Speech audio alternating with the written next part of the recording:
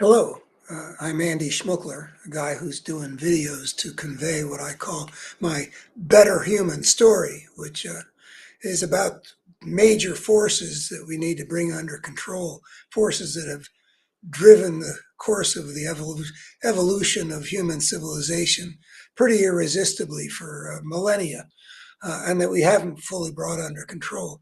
And in that view, I use the word inevitable or inevitably quite a bit because I think there have been inescapable consequences of a species embarking on the path of civilization that unleashes a force that needs to be brought under control if the civilization isn't going to be really ugly.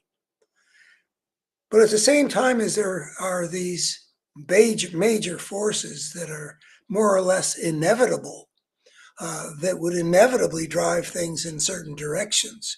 So that I say any creature on any planet that embarks on the path of civilization by inventing its own way of life and extricating itself from the niche in which it evolved biologically would inevitably undergo a social evolutionary process as tormented and destructive as what has been written into the pages of human history. At the same time as that, I can see that there are times in which something very small has huge consequences. Something that easily could have been different causes the course of history to take a very different path. And we in America, I think, have just lived through one of those times. And I'm here to talk about that time because I believe that American democracy is now going to be saved. And if you look at the process by which we arrived at this moment compared to where we seemed to be a week ago or almost a month ago, starting with the debate in which the champion of the Democrat pro-democracy side had such a disastrous presidential debate, it becomes evident that a small thing has had huge consequences. Now, when I talk about huge consequences, I do believe, though it could go otherwise, I would bet that Kamala Harris is going to win this presidential election. I would say it this way. If she continues to do her part in terms of strategy, in terms of performance, with as much expertise and good judgment, strategic judgment, rhetorical judgment, as she has so far, I would bet reasonably heavily that she's going to win this election. I won't go further into why I think that is. I've talked before about what I think the American people do and don't want. But I think it's a big majority that don't want what Donald Trump is offering. And with the change at the top of the Democratic ticket, I think that this is a winner. Now, what is the small thing that I'm calling attention to? The small thing that may have huge consequences, and by huge consequences, I mean if the United States of America became allied with the force of fascism, which is that outcome, it has huge consequences for the nature of this country. It also has huge consequences for the short and maybe long-term development of human civilization with respect to all kinds of things. What happens in Europe? What happens with climate change? What happens with creating an international order that prevents our civilization on this planet from destroying itself? Those are big consequences. So what is the little cause? The Biden people made a strategic choice. Not a small thing, but it's pretty small. They made a strategic choice to have a presidential debate in June. Never before has there been a presidential debate before the nominating conventions. But they chose to do that for reasons of their own. If it hadn't been for that, Joe Biden would have remained on the top of the ticket. And as the Democratic world after that debate got filled with dread at what appeared to be the probable losing hand that they then had, if it hadn't been at least not later than the end of June that the pro-democracy world discovered that the card they were about to play in a must-win presidential election was hobbled as much by the way the American people perceived who their president would be if they voted for Biden. If it had been after the convention, had been in a first debate in September, say, it would have been too late to have changed horses from one that was encumbered by a burden that 72% of the people thought he was unfit to serve another term because of the effect that age had had upon him. And it appeared probable to the pro-democracy world that was filled with dread. I don't mean unanimously, but a lot of people. And you could see it in the poll numbers, and you could see it on the futures market. It looked likely that the cause of democracy in America was heading for defeat by the cause of fascism. A would-be dictator, a liar, a bully, a criminal, a lawless man who has been given a carte blanche by the Supreme Court to arguably do whatever the hell he wanted without consequences and without being able to be held accountable. And with this plan 2025 that laid out all the various ways that the country would be transformed into something much uglier. But they had this choice, which they made for reasons of their own, the Biden people, to conduct the debate in June when it was not too late. And then after 3.5 years, 3.5 weeks, they seemed like years, didn't they? I mean, it was such a painful time for so many people, including myself. The decision got made by the only man who could make that decision, despite all the pressures that were being put on him by a lot of his friends and allies. He didn't have to do what he did. And if he hadn't, American democracy might have been defeated in November. It still might happen, but I'm betting against it.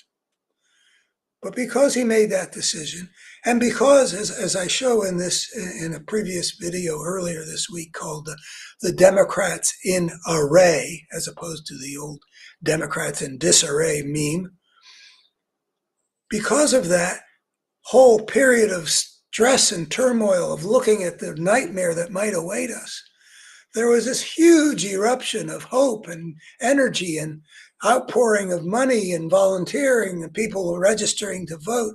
We'll see how far that continues, but the signs are really rather good. And it all is because, it wouldn't have happened without there having been this unusual choice to have an early debate. It was late in the game, but it wasn't too late. In fact, I heard some commentator yesterday, maybe it was Matthew Dowd, a formerly Republican strategist, said this 100 days thing is probably like the ideal scenario for the Democrats. I won't go into the reasons for that, but it's interesting. So even though I talk a lot about the inevitabilities in social evolution, let me just show you my magnum opus, or whatever it was, my magnum opus when it came out from the University of California Press in 1984. It's a book version of the 1,600-page dissertation that got me my doctorate in miscellaneous, because it transcends, puts together a dozen fields. This is the parable of tribes, the problem of power in social evolution. And this is the place where I say it is inevitable that if a creature steps across the threshold onto the path of civilization, extricating itself from the niche in which it evolved biologically, inevitably it will unleash a destructive force. That's what I say. And I invite you to, if not read that book, go to my website, abetterhumanstory.org, where I lay it out in much more concise fashion, but I think still compellingly. There's a logic that is kind of inescapable.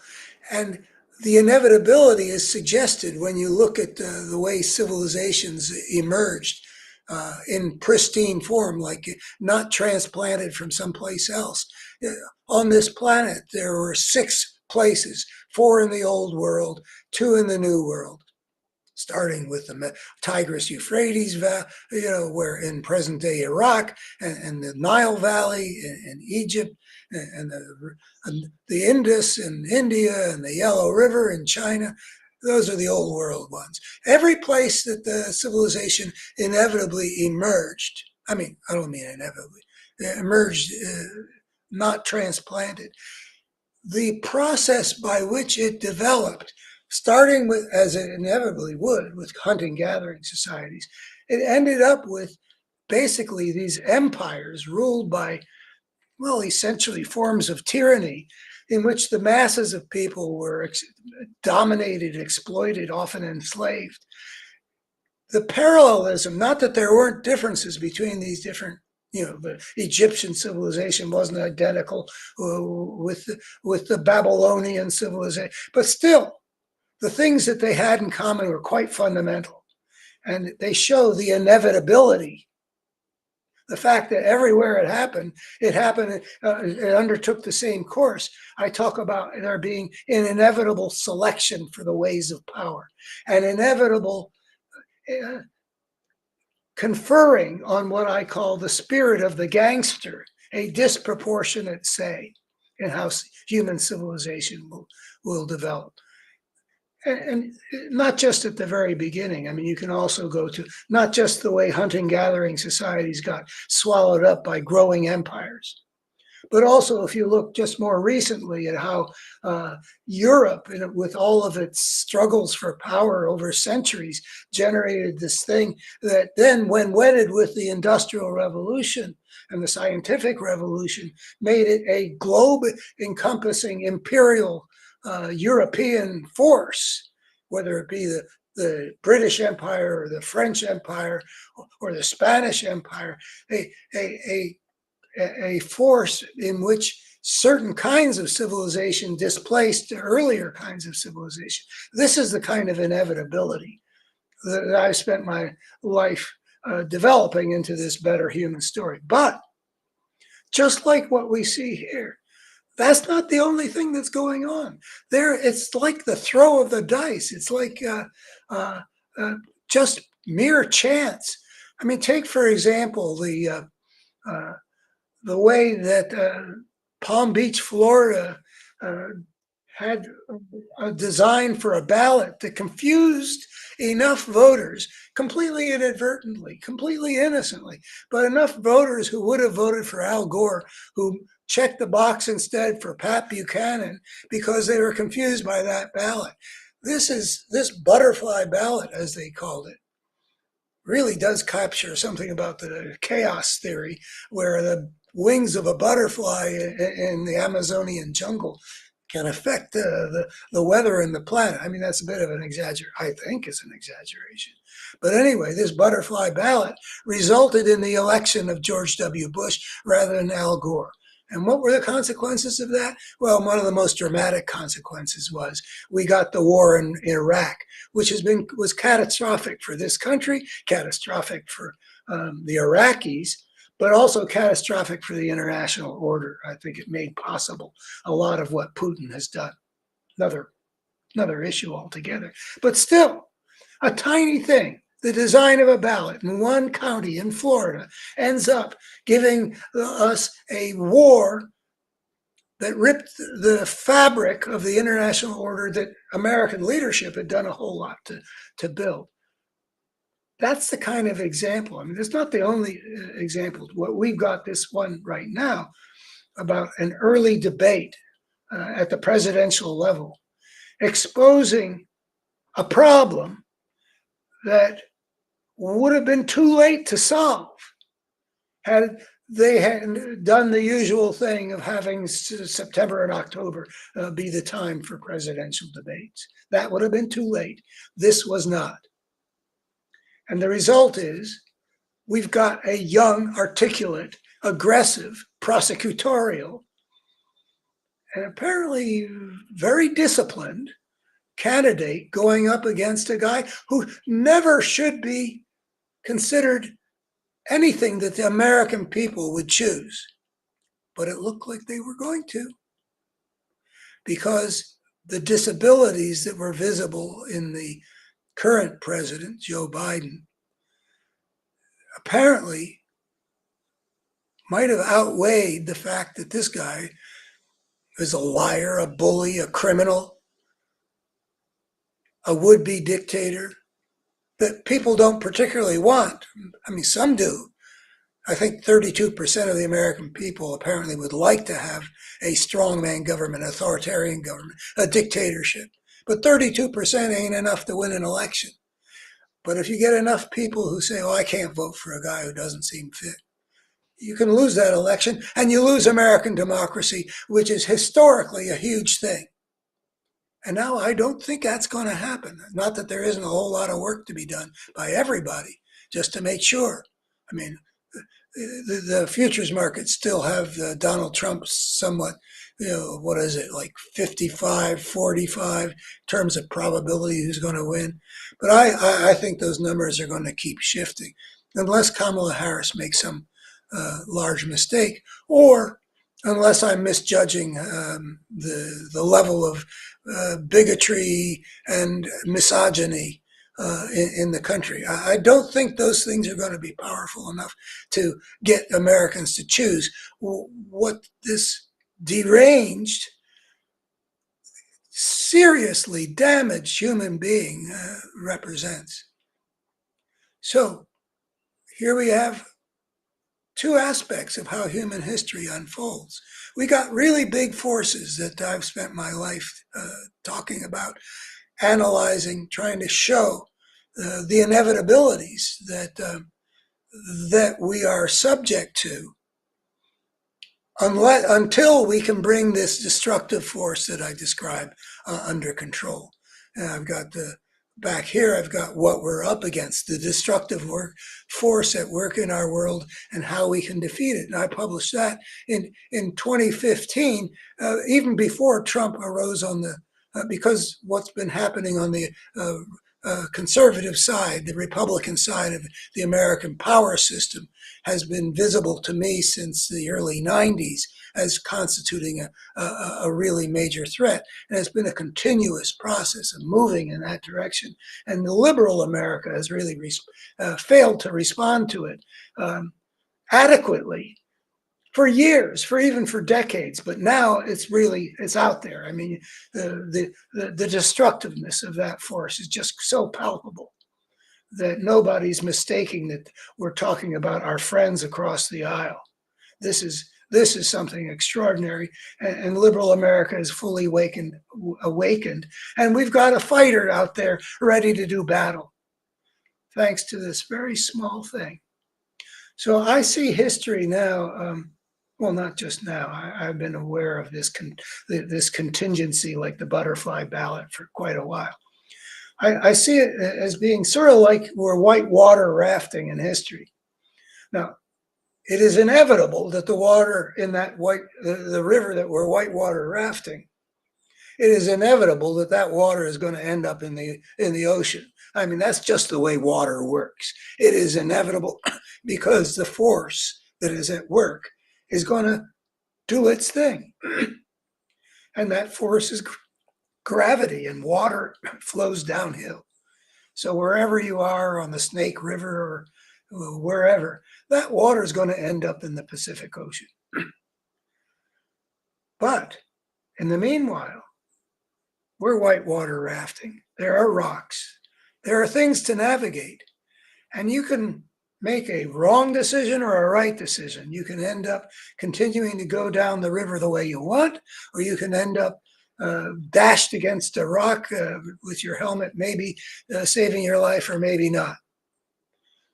Both of those things are operative. Human history has both got its inevitabilities and it's got its plain old contingencies, that you'll get a war in Iraq if this ballot is badly designed, or you'll get America turning into a fascist country if the debate is conducted in September instead of in June. Both of those things are going on. So if you're interested in what I'm talking about, these inevitabilities, and with my thoughts about how we navigate this particular whitewater place that we're at in the river, where the essence of the battle is democracy versus fascism, which is basically about a force of wholeness versus a force of brokenness, which parallels pretty much what a lot of our ancient ways of looking at things regarded as a force of good versus a force of evil.